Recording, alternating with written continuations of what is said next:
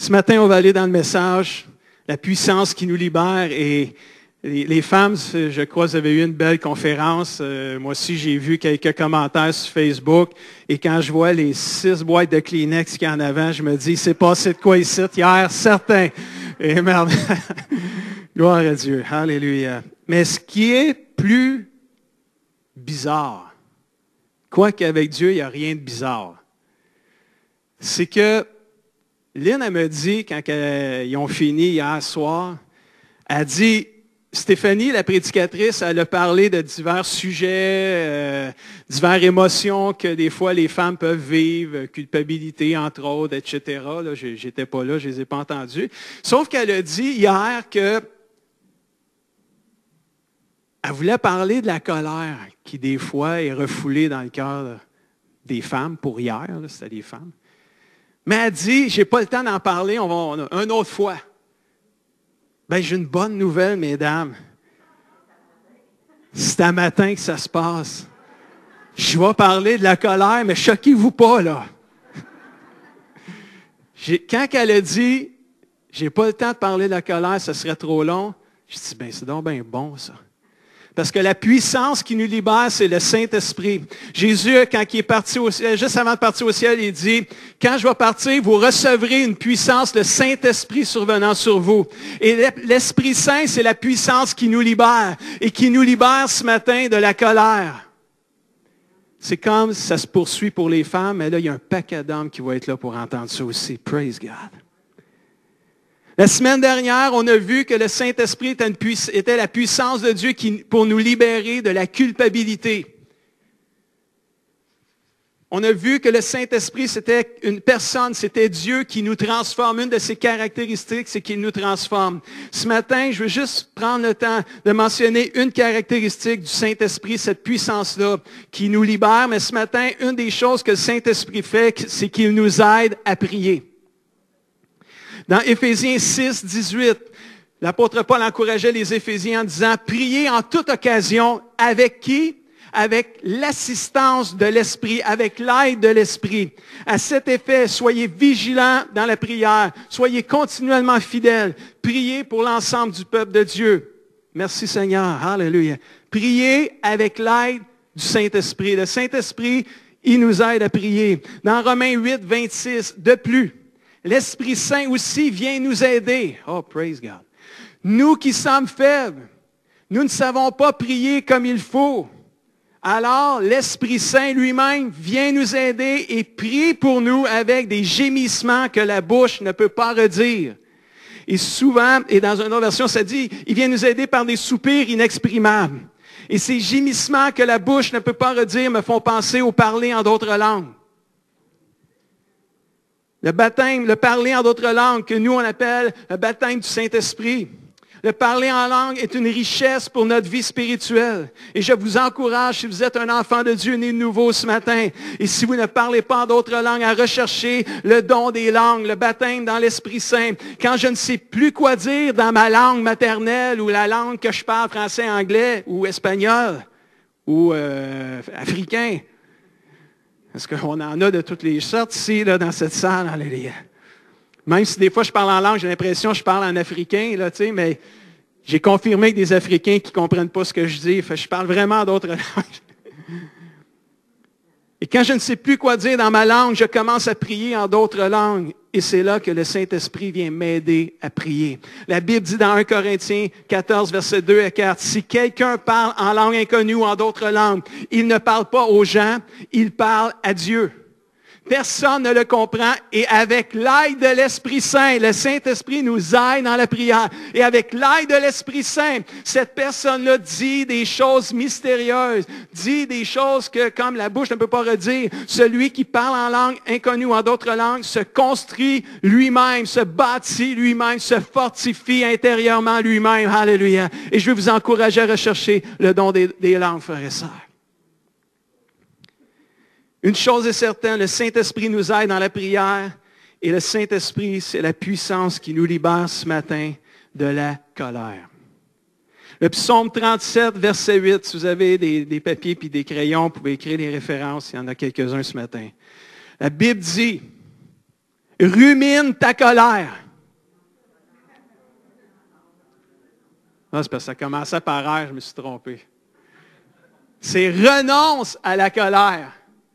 Des fois, on rumine nos affaires. Là. Renonce à la colère.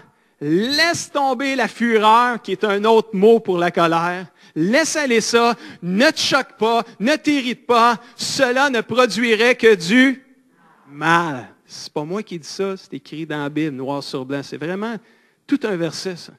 Renonce à la colère, renonce à la fureur, choque-toi pas, irrite-toi pas. Tout ce que ça va faire, si tu le fais, ne va produire que du mal. Et regardons nos vies, puis regardons autour de nous autres, partout où il y a du mal, soyons pas surpris de voir qu'il y a de l'irritation, il y a du chocage, il y a de la colère, etc., etc. La Bible nous dit de renoncer à la colère. Qui s'est déjà mis en colère? Qui a déjà été en colère contre une personne? Qui a déjà subi la colère d'une autre personne? Parce que tu l'as choqué. Bon, ça, on ne le dira pas, mais tu sais. On a tous à quelque part vécu quelque chose qui a rapport avec la colère. C'est soit qu'on l'a subi d'un autre, ou on a été choqué nous-mêmes après quelqu'un ou après des circonstances. La définition de la colère, c'est une grande irritation. C'est un violent emportement qui se traduit par de l'agressivité. La colère, c'est souvent, pour ne pas dire tout le temps, le résultat de ne pas avoir obtenu ce que nous voulions. Je m'attendais à recevoir quelque chose, je ne l'ai pas eu, je suis choqué. Je suis frustré, je suis déçu, je n'ai pas eu, je m'attendais, c'est des attentes non rencontrées. Mes attentes n'ont pas été rencontrées, je suis choqué. Je suis déçu, je suis frustré, mettez le mot que vous voulez. À la fin, ça grogne en dedans. Ça a blessé, ça m'a fait mal. Je deviens une personne choquée, mais blessée en même temps. Ce n'est pas des beaux mélanges, ça. Là. La colère. Si la culpabilité dit, parce que la semaine passée, on a parlé de culpabilité. La culpabilité dit, je te dois quelque chose. Parce que c'est comme, je t'ai fait de quoi, je me sens coupable d'avoir fait quelque chose de pas bien, je me sens coupable de t'avoir fait mal, alors je te dois quelque chose, je te dois mes excuses, je te dois quelque chose. Mais la colère, elle ne dit pas, je te dois. La colère, elle dit, tu me dois. Oh! Parce que là, tu m'as fait quelque chose. Alors, tu me dois. Tu me dois tes excuses et tu vas payer. Si tu me dois quelque chose, tu as une dette. Si tu as une dette, ça veut dire qu'il faut que tu payes.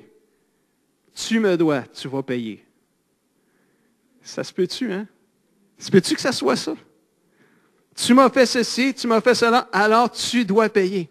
La colère se perçoit dans les paroles suivantes. Tu m'as volé ma réputation. Tu m'as volé mon premier mariage. Tu m'as volé mon adolescence. Tu m'as volé ma pureté. Tu m'as volé ma destinée. Tu as ruiné ma vie. Et on entend des fois des phrases comme ça à propos de gens ou de circonstances qui sont arrivées dans nos vies qui sont tout à fait vraies, frères et sœurs. Il y en a des gens ont brisé la vie des gens. Ce n'est pas des menteries qu'on raconte là. C'est des réalités. C'est là qu'on voit qu'il faut prier pour les enfants puis quand on les présente au Seigneur, que Dieu les protège. Parce que c'est peur à cet âge-là. Là. Mais on grandit vite puis on affronte des circonstances qui nous mettent à terre, qui nous blessent. Ce serait facile de croire que le seul remède à la colère, c'est que l'autre paie pour ce qu'il a fait. La racine de la colère, c'est comme la perception que quelque chose a été pris de nous. Nous a été pris et alors, si tu as pris quelque chose de moi, tu me dois quelque chose. Mais il y a des fois, la dette ne peut même pas être payée. Ce qu'on a fait subir à des gens, des fois, on ne pourrait même pas le repayer. Comment repayer à ton fils de 25 ans toutes ces années d'adolescence où tu n'as jamais été là et tu as été un père absent? Comment tu peux retourner, emmener ton fils à 12 ans encore? Just impossible, c'est juste impossible, ça ne peut pas arriver. La dette, elle ne peut pas vraiment être repayée, mais la colère, elle peut demeurer plusieurs années. Le Saint-Esprit est la puissance qui veut te libérer complètement ce matin de la colère refoulée, réfugiée au fond de ton cœur qui n'a pas encore été guéri et résolu. Mais je ne veux pas m'éterniser trop sur ton état actuel.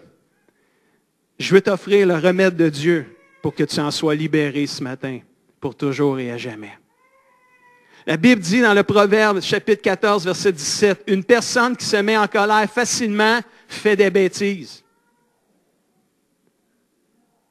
Si tu te mets en colère facilement, je ne te connais pas, là. Moi je ne connais pas tout le monde ici. Toi, tu te connais, ta femme te connaît sûrement. Petit coup de coude, en voulant dire, c'est pour toi matin, là, chérie. Là. Regardons pas trop les coudes, comment ça marche. Mais une personne qui se met facilement en colère fait des bêtises. Tu vas dire des choses que tu vas regretter. Tu vas faire des choses que tu vas regretter souvent sur le coup de la colère. Proverbe 15, verset 1. Une réponse pleine de douceur chasse la colère.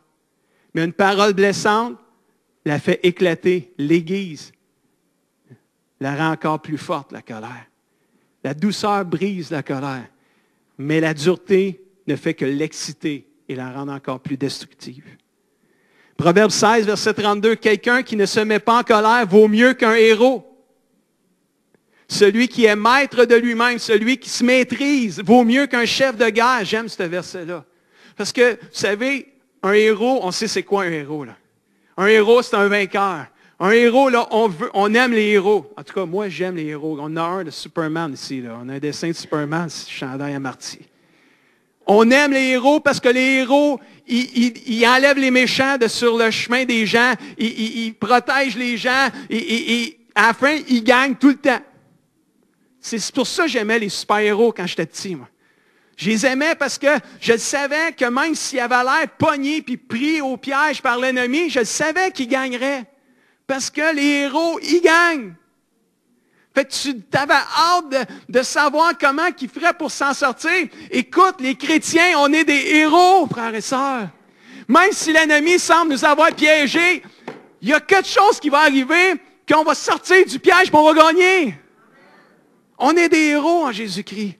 L'ennemi ne peut rien contre nous. Il peut essayer de nous ensorceler ou nous emmailloter, ou peu importe le mot. Mais il ne peut pas nous gagner si on reste les yeux fixés sur Jésus-Christ. Si on ne laisse pas les choses qui nous arrivent venir prendre toute la place à l'intérieur et voler notre vie. Laissez-moi vous raconter une histoire ce matin. Mais même avant, pour finir avec mon histoire d'héros, là. On aime les héros. Mais celui qui ne se met pas en colère, c'est mieux qu'un Superman. C'est mieux qu'un héros. Puis c'est pas un zéro, c'est mieux qu'un héros. Celui qui est maître de lui-même, celui qui est capable de se contrôler, de se maîtriser. Puis vous savez une chose, quand tu es choqué, c'est quelque chose, se maîtriser. Hey, un matin, ça va bien, là. Tout le monde est de bonne humeur, tout le monde se maîtrise un matin, là. Mais c'est quand tu es chez vous dans la semaine, là. Ou quand tu es à l'ouvrage, puis tu as du monde qui tape sur le gros nerf, là. Te contrôler, te maîtriser, là, quand tu es choqué, c'est pas facile, je vous le dis. Mais celui qui est capable de se maîtriser vaut mieux qu'un chef de guerre. Puis pourtant, un chef de guerre, c'est quelqu'un qui est important. Laissez-moi vous raconter l'histoire de Margaret ce matin. Margaret était une mère célibataire qui a passé les 22 dernières années de sa vie à chercher pour un mari sans en trouver un. Elle a dit finalement que c'était elle le problème. Elle ne faisait pas confiance aux hommes. Si tu ne fais pas confiance aux hommes, tu vas avoir de la misère à en trouver un. C'est normal, mais pourquoi qu'elle était comme ça? Mais quand elle était au collège, elle a commencé à rencontrer un conseiller pour l'aider parce qu'elle mangeait trop et n'arrivait pas à se contrôler. Fait qu'elle est allée chercher de l'aide. Un après-midi, ce fameux conseiller-là l'a violée sexuellement.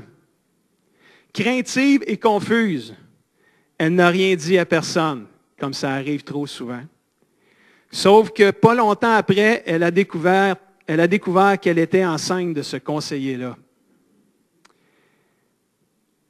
Elle n'a pas eu le choix, elle l'a dit à ses parents. À un moment donné, ça pousse, hein, fait que tu n'as pas le choix, tu ne peux pas garder ça, le fait d'être enceinte longtemps. Elle l'a dit à ses parents. Ils ont commencé à faire des poursuites aux criminels envers ce conseiller-là. Et comme dans bien des cas, ça n'a rien donné. Ma parole contre ta parole, on dirait que c'est toujours l'agresseur qui finit par s'en sortir. Margaret a finalement accouché d'une belle fille en santé. Elle a dû quitter l'école et devenir une mère célibataire. Le bébé Sarah était à la fois une source de joie pour Margaret, mais un rappel constant de ce terrible après-midi-là. Quand un pasteur a rencontré Margaret à l'âge de 42 ans, le pasteur venait juste de prêcher un message sur les effets de la colère non résolue et refoulée dans le cœur. À la fin de son message, Margaret est allée voir le pasteur et est allée lui dire merci avec les yeux pleins d'eau. Puis elle a dit, merci pasteur, parce qu'au milieu de votre partage, j'ai réalisé que depuis les 22 dernières années de ma vie, j'ai permis à l'homme qui m'a le plus blessé de saboter toutes mes relations avec tous les autres hommes. Je n'ai pas fait confiance à aucun homme parce que je pensais que tous les hommes, c'était des agresseurs. J'étais dur avec les hommes. Et aujourd'hui, je prends la décision que c'est terminé. Elle est devenue une femme libre, cher ami. La colère dans son cœur donnait à un homme qu'elle ne voyait plus depuis plusieurs années d'influencer et de contrôler négativement sa vie. Quand elle a compris cela, elle a déterminé dans son cœur de résoudre la situation.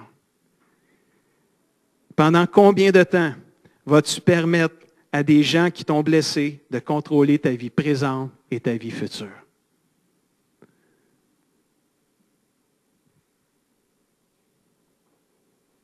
On ne peut pas effacer le passé. Parce que si on pourrait, j'en effacerais des bouts aussi. Mais on n'a pas besoin de laisser le passé contrôler notre aujourd'hui et notre demain. Au lieu de justifier votre colère, au lieu de justifier votre rage qui est à l'intérieur de toi et qui est très justifiable au point de vue humain, tu nous raconterais ton histoire, puis on aurait probablement les larmes aux yeux.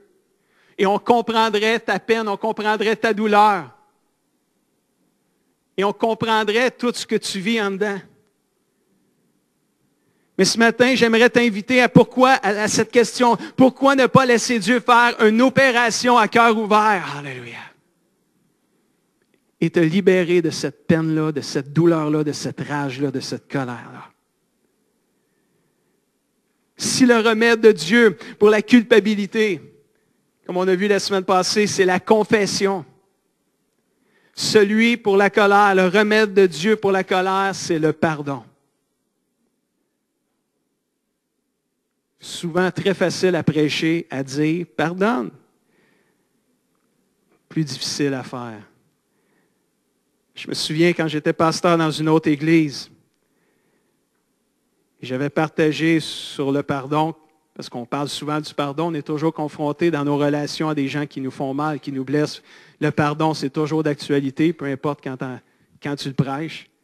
Et à un moment donné, on priait après la prédication, puis il y avait des gens en avant pour prier avec eux autres. Puis j'avais une dame qui était là, puis qui pleurait à chaudes larmes. Là. La champlure était au maximum. Là. Elle pleurait. Puis elle disait, Pasteur Guy, je voudrais pardonner à mon père. Puis elle me disait ça, là, je ne voyais même pas les yeux. Là. Il était mouillé de partout dans le visage. Je voudrais pardonner à mon père. Pasteur Guy, je comprends tout ce que tu prêches. Là. Je sais qu'il faut que je passe. Je ne suis juste pas capable. Tu pouvais voir la peine. Là. Tu pouvais sentir la douleur. Tu pouvais voir le cri de la personne. Là. Comment est-ce que la colère peut nous emprisonner? Comment la colère, la rage peut nous encabaner dans un carré puis nous paralyser? Ce matin, le Saint-Esprit qui vit en toi veut te libérer de cette rage-là. Il veut te donner la joie de vivre. Alléluia. Il veut te permettre de vivre, même si tu n'oublieras pas ce qui s'est passé, te permettre d'être capable d'aller de l'avant sans ne plus avoir mal.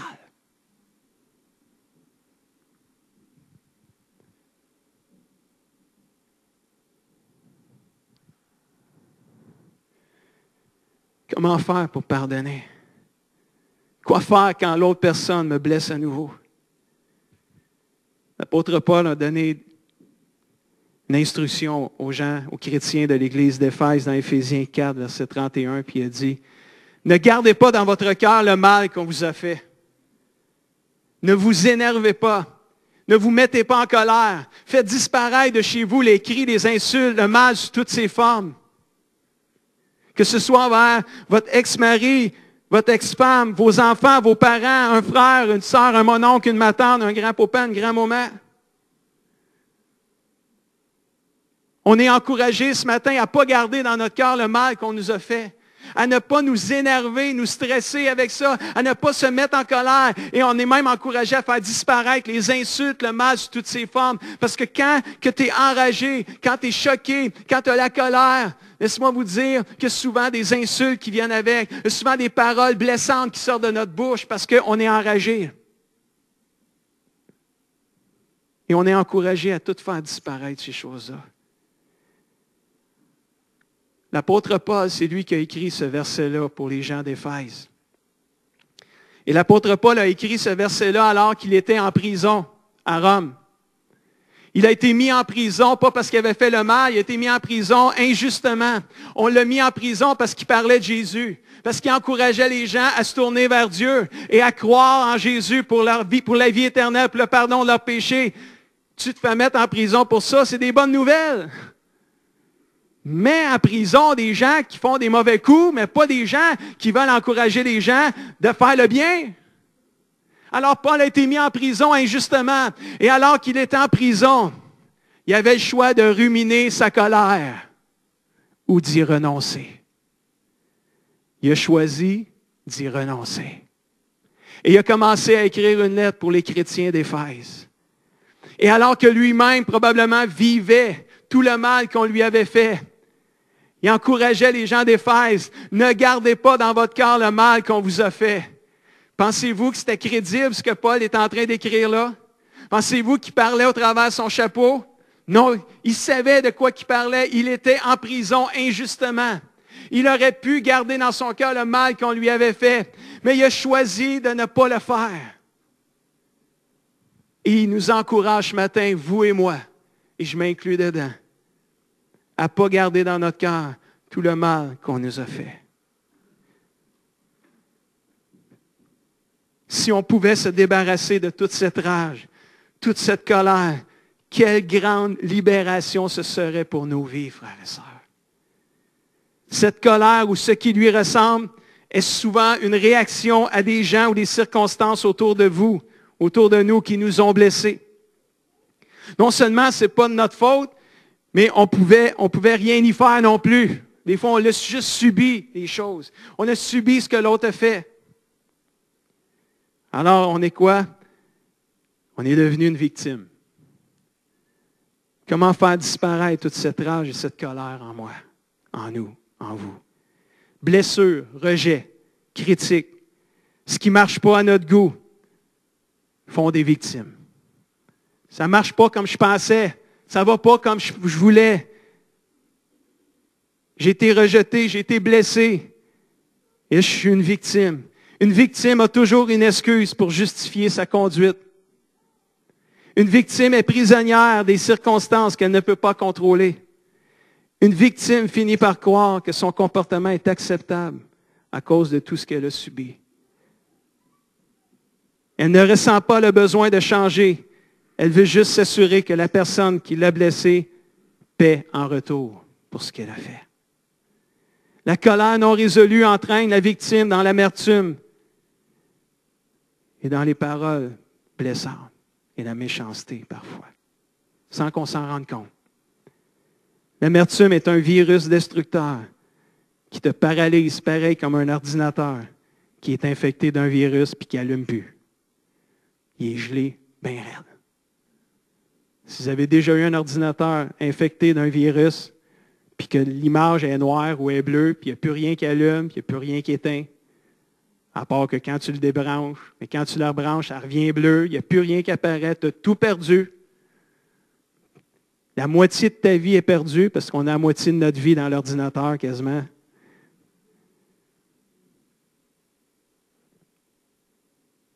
C'est presque semblable quand on est blessé par les gens et que la colère n'est pas résolue. C'est comme si c'est un virus qui s'installe. Puis à un moment donné, poum! On est paralysé complètement. On a besoin d'un bon antivirus. Puis Norton, il n'en fait pas des bons comme celui qu'on a avec le Seigneur. Dans notre cas, l'antivirus de la colère, c'est le pardon. Et après avoir écrit ce verset-là, ne gardez pas dans votre cœur, Éphésiens 4, 31, ne gardez pas dans votre cœur tout le mal qu'on vous a fait. Ne vous énervez pas, ne vous mettez pas en colère. Faites disparaître de chez vous les cris, les insultes, le mal sous toutes ses formes. Au verset 32, il continue, puis il dit, « Soyez bons et pleins de compassion les uns envers les autres. » Quel verset quand même. Quelque chose après tout ce qu'il vient de dire là. Non seulement garde pas le mal en toi, mais sois bon et plein de compassion envers les uns et les autres. Probablement que les autres, c'est ceux qui t'ont blessé. Les uns, ça va bien, c'est les autres que c'est plus difficile. C'est pour ça qu'il les a mis en deuxième aussi. Comme Dieu nous a pardonné en Jésus-Christ, pardonnons-nous. Pardonnons-nous. Pardonnez-vous, pardonnons-nous. Bon, c'est ça. Ça se dit mieux, pardonnez-vous, je me mêle moins. Le pardon est ce qui permet d'être bon et plein de compassion. Si tu es enragé bien noir, tu ne pourras jamais être bon et plein de compassion, à moins d'embrasser le pardon. Parce qu'un coup, c'est pardonné, il y a quelque chose qui se passe en dedans que tu es libéré. Tu n'en veux plus à la personne. Tu sais qu'elle t'a fait mal, tu la vois, ça te le rappelle, mais tu es guéri. Tu es libéré. Tu comprends-tu ce que je veux dire ce matin-là? Ce pardon, c'est le reflet du pardon que Dieu nous a fait en Jésus-Christ avec nos propres péchés et nos propres désobéissances. Quand on voit le « comme », je l'ai mis là en grosses lettres, je l'ai souligné. Le « comme » est ce qui permet à l'apôtre Paul de nous partager avec assurance ces puissants versets-là qui viennent nous partager. Comme Dieu nous a pardonné, vient nous donner un nouveau standard au pardon envers ceux qui nous ont offensés. Et à un moment donné, l'apôtre Pierre, il était avec Jésus, puis il y avait probablement du monde qui tapait sur le gros nerf aussi, parce qu'à un moment donné, il dit à Jésus, il dit, « Écoute Jésus, il dit, combien de fois devrais-je pardonner à mon frère pour le mal qu'il me fait? » Puis avant même que Jésus réponde, l'apôtre Pierre, il offre une idée, une suggestion. Je ne sais pas qu'est-ce qu'il pensait Pierre quand il a offert un chiffre à Jésus, mais il s'est dit, si je dis juste une ou deux fois, je pense que je n'aurais pas compris tout ce qu'il m'a enseigné depuis 2-3 ans. Alors il dit à Jésus, il dit, écoute Jésus, combien de fois devrais-je pardonner à mon frère? Serais-je jusqu'à 7 fois par jour, pensant que c'était beaucoup pour lui. Et Jésus le ramène sur terre et lui dit, Pierre, non seulement 7 fois par jour, mais 70 fois, 7 fois par jour. Il n'a plus rien dit après ça, Pierre. J'ai fait un calcul mathématique, j'ai sorti ma calculatrice pour savoir que 70 fois, 7 fois, ça fait 490 fois par jour. Checkez pas, là, c'est sûr que c'est ça que ça fait. Là. Puis là, j'ai divisé le nombre de minutes dans une journée par 490, ça fait 2,94. On l'arrondit, ça fait 3 fois. 3 minutes. À toutes les 3 minutes, il faut que tu pardonnes ton frère qui te fait le même mal dans une journée. Ça fait faire 490 fois quand tu vas avoir passé une nuit blanche, parce que ça, c'est toute la journée de 24 heures. Ce que Jésus est en train de dire, casse-toi pas la tête pour le pardon. Si ton frère t'a fait quelque chose, pardonne-lui. Embrasse le pardon. L'autre option, ça n'est pas une. Tu as une option devant celui qui t'a fait mal, devant celui qui t'a offensé, c'est de lui pardonner. Wow! C'est puissant ce que je parle ce matin, frères et sœurs. Puissant et libérateur. Assez, c'est assez de laisser la colère la rage dominer notre vie. Il est temps qu'on commence à laisser l'Esprit de Dieu nous libérer. Jésus, c'est pour la liberté qui est mort sur la croix. Et ça en est une des raisons. Là. Puis là, Jésus, il voulait être sûr que Pierre et ses amis avaient bien compris. Il a raconté une histoire qu'eux là, comprenaient dans leur temps. Et c'est l'histoire des deux serviteurs. Puis dans Matthieu 18, verset 23 à 27, Jésus raconte une histoire pour faire comprendre le pardon à Pierre et à ses amis autour. Il dit, écoutez gars, c'est pourquoi le royaume des cieux ressemble à ceci. Un roi veut régler ses comptes avec ses serviteurs qui leur doivent de l'argent. Il commence. On lui amène un serviteur qui lui doit. La colère a dit, tu me dois. C'est comme une dette. Alors Jésus, il prend l'exemple de quelqu'un qui doit quelque chose à quelqu'un, des dettes. Ça, ils comprenaient ça, eux autres, dans ce temps-là. Alors, on y amène un serviteur qui lui doit des millions d'argent. Beaucoup, beaucoup, beaucoup de sous. Le serviteur ne peut pas rembourser. On le comprend, là. C'est trop. Alors, le roi donne cet ordre. Vendez-le comme un esclave. Mais écoute, vendez-y sa femme aussi, c'est pas assez pour lui. Vendez sa femme, vendez ses enfants, vendez tout ce qu'il a et qu'il paye sa dette. Mais le serviteur se met à genoux devant le maître et lui dit, sois patient envers moi, ô maître, et je te rembourserai tout. Je suis vraiment déterminé, mais sois patient avec moi. Le maître est plein de pitié et de compassion pour son serviteur. Qu'est-ce qu'il fait? Il supprime sa dette. Si vous ne savez pas ça veut quoi supprimer, là, ça veut dire enlever la dette. Il le laisse partir. Il n'a même pas besoin de la payer. Hey, ça, c'est hot. Qui veut des gens comme ça, là?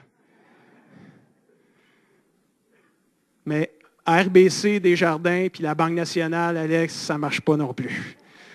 Vous avez beau vous mettre à genoux pour dire, veux-tu payer mon hypothèque? Ils vont dire, fais quelque chose, mais paye-la. Ils ne la supprimeront pas.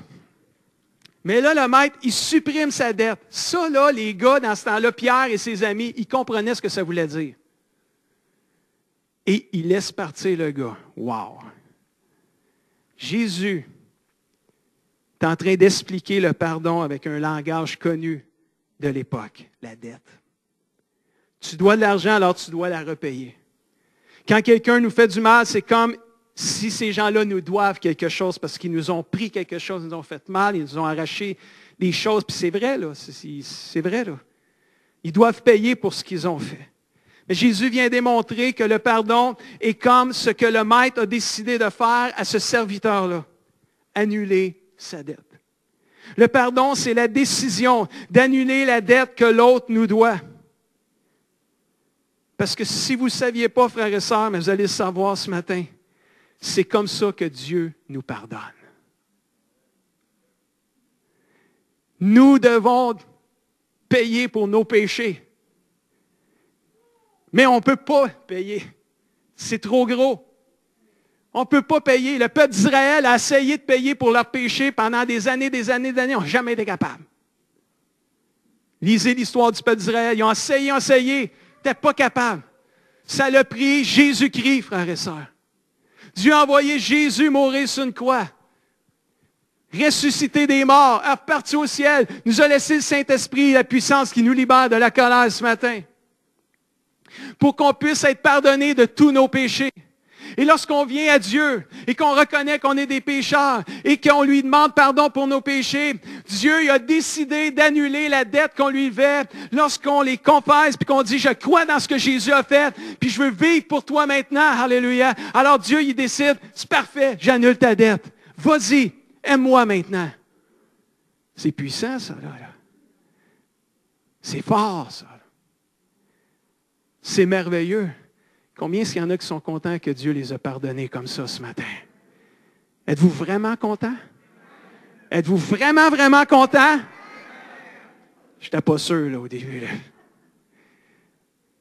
Mais là, vous êtes fait pogner encore. Là. Parce que vous êtes tellement contents qu'il a fait ça pour vous que maintenant, il vous dit, fallait de même pour ceux qui t'ont offensé. Êtes-vous encore contents? Ah, ça, c'est bon. Ça, j'aime ça entendre ça. Parce que de toute façon, c'est ça qui va nous libérer, frères et sœurs.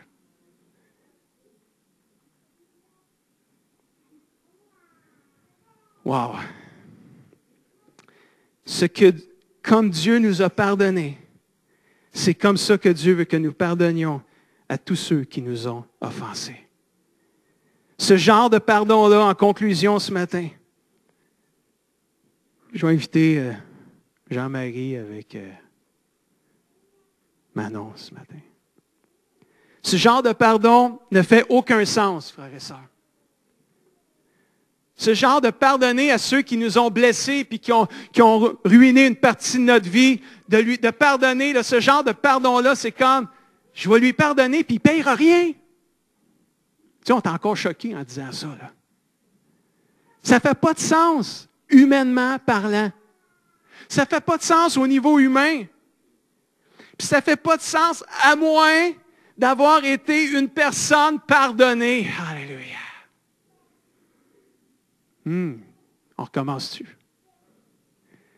Ça ne fait pas de sens de pardonner à quelqu'un qui nous a offensés à moins d'avoir été nous-mêmes pardonnés. Tous les chrétiens, enfants de Dieu, nés de nouveau ce matin, ont été pardonnés par Dieu de tous leurs péchés au travers de Jésus-Christ.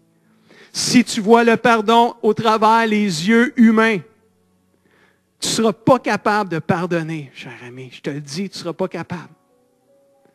Parce que ça ne fait pas de sens humainement parlant. Mais lorsqu'on devient un enfant de Dieu, on ne marche pas avec l'humain, on marche avec le divin. Alléluia.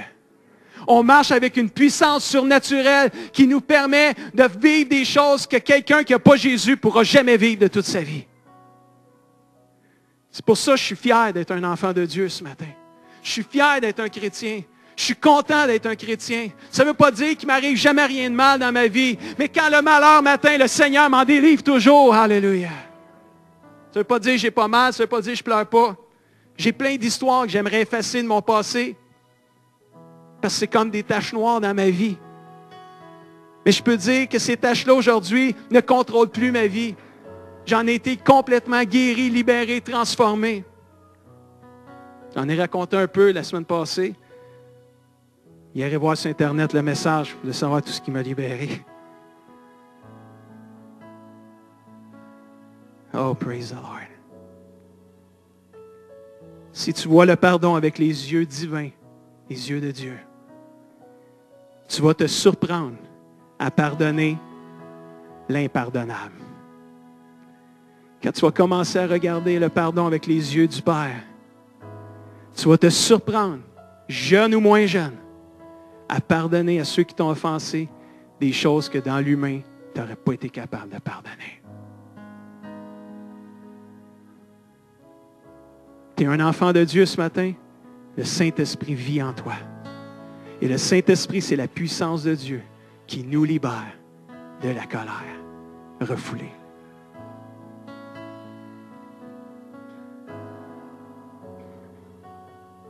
Si Dieu m'a pardonné d'une dette que je ne pouvais pas payer, alors moi aussi, je dois pardonner le mal que les autres m'ont fait. Vous connaissez la prière du Notre Père, hein? Je pense que ça a arrêté, c'est ici. Vous connaissez la prière du Notre Père.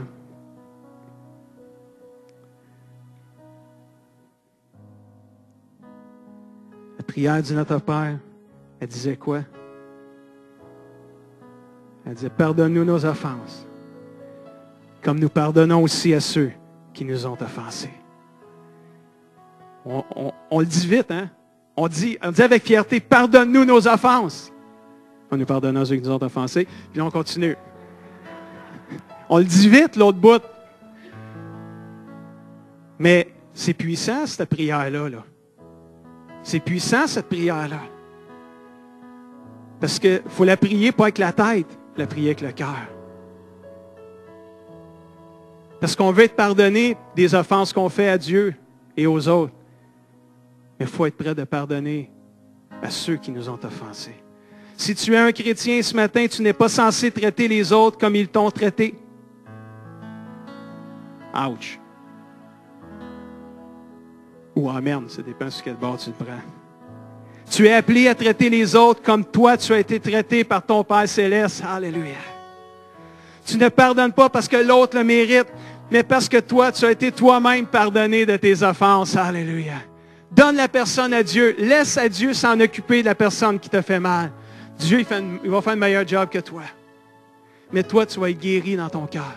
Toi, tu vas être pardonné, tu vas être libéré. Tu ne traîneras pas cette rage-là pendant tant d'années. Tu ne te laisseras pas contrôler par des gens qui t'ont fait mal et qui t'ont blessé ou qui t'ont abusé. Tu vas être guéri de ça. En terminant ce matin, dans Colossiens 3, versets 8 à 10, ça dit ceci, mais maintenant, rejetez tout cela. Rejetez quoi? La colère et ses petits. C'est quoi les petits de la colère? C'est l'irritation, c'est la méchanceté. Qu'aucune insulte ou parole grossière qui vient souvent sur le coup de la colère ou l'effet de la colère ne sorte de votre bouche. Ne vous mentez pas les uns aux autres, car vous avez abandonné votre vieille nature. Ça, c'était avant d'être chrétien, on était comme ça. Mais maintenant, verset 10, Colossiens 3, verset 10, vous êtes revêtus de la nouvelle nature. Vous êtes des êtres nouveaux que Dieu, notre Créateur, renouvelle continuellement à son image pour qu'on puisse le connaître parfaitement. Wow! Renoncer. Pas ruminer. Renoncer à la colère et tout ce qui vient avec. Quand tu vas voir le médecin, parce que tu es malade. Tu n'es pas en train de parler au médecin pour savoir c'est qui le coupable.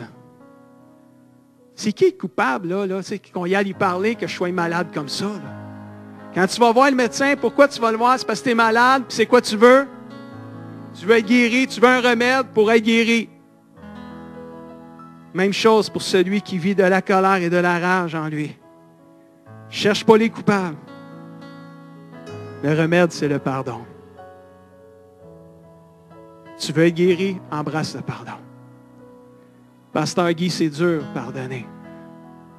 Frères et sœurs, celui qui cherche va trouver. Celui qui demande, on va lui donner. Si tu cours après le pardon, tu vas l'avoir.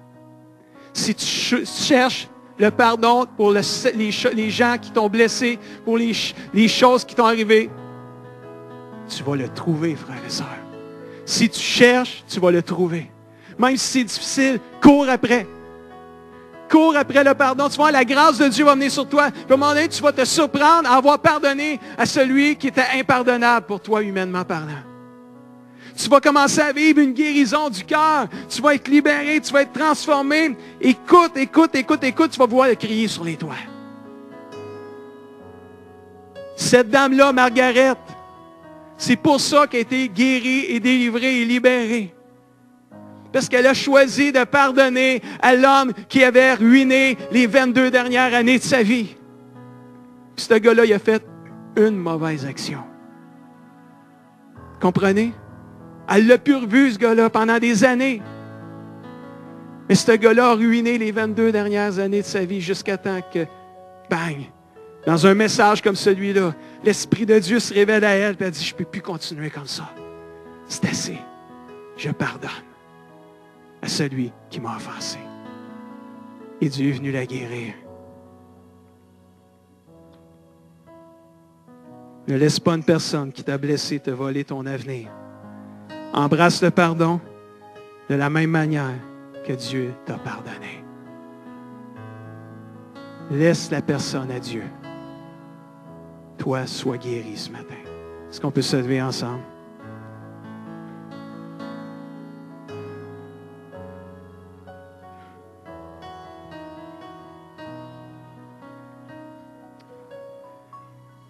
Oh, merci Seigneur. Fermons nos yeux quelques instants ce matin.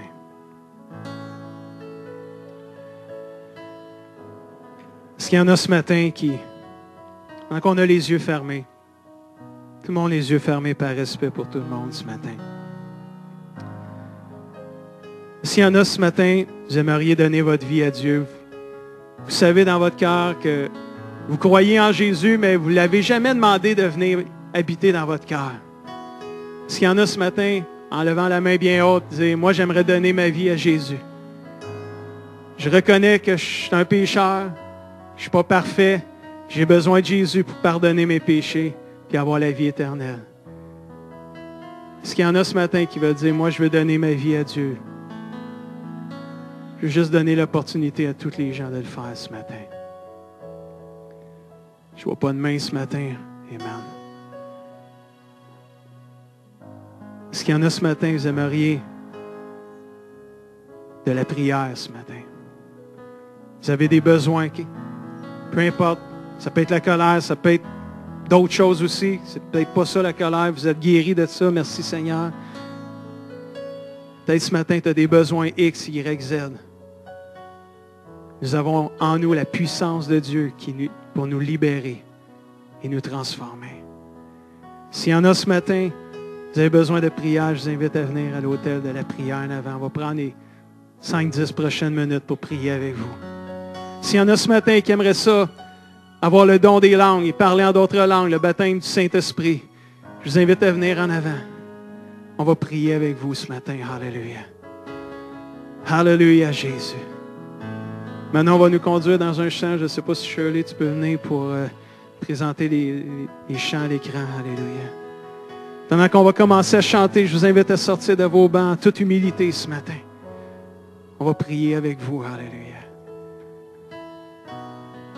Sors pas d'ici sans avoir eu une touche de Dieu ce matin. Si Dieu te parle ce matin, alléluia, embrasse-le. Embrasse son pardon. Obéis ce matin à ce qu'il te dit. Alléluia. Merci Seigneur Jésus ce matin.